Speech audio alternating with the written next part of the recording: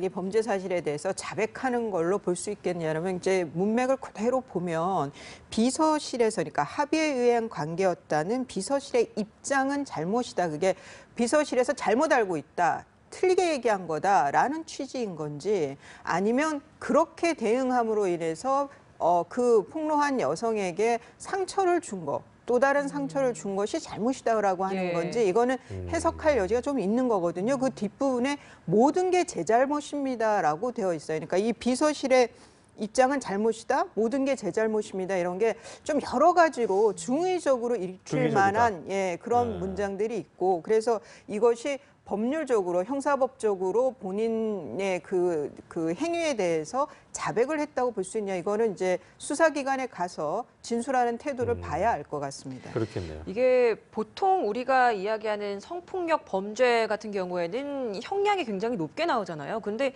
이런 성폭력 같은 경우에는 형량이 굉장히 지금 낮단 말이죠. 이건 왜 이렇게 다른 겁니까? 그 지금 이 혐의 자체가 그 업무상 위력에 의한 간음입니다. 예. 여기에서 가장 중요한 요소는 폭행과 협박이 빠져 있는 그 상태인 거죠. 그러니까 폭행과 협박이 없었다고 해서 이렇게까지 형량이 차이가 나는 겁니까? 그 왜냐하면 이제 성적 그 자기 결정권을 그 해할 때 그 강제적으로 물리력을 행사한 거 또는 해악을 고지한 그 정도는 아니었고 이해관계가 아예 없는 사이가 아니었고 그렇죠. 뭐 좀 알긴 했고 그러다 면식이 있고 다만 이제 그 권력 구조 면에서 내가 피할 수 없는 상사였고 또 고용 관계에서 나의 여러 가지 인사라든가 이런 것에 영향력을 줄 수 있는 것이기 때문에 그래서 사실은 성폭행에 준한 행위가 이루어진 것으로 봐서는 그와 같은 행위 자체를 폭행 협박이라고 하는 것은 아니었기 때문에 권력 구조에서 오는 문제였다고 하는 점에서 행위 요소를 좀 달리 차별해서 양형을 좀 낮게 지금 보고 있는 것이 형법 체계입니다. 또 하나 이게 그러니까 만일 이제 이 규정에 의미가 있는 것이 만일 친구 관계라든가 뭐 이런 사이에서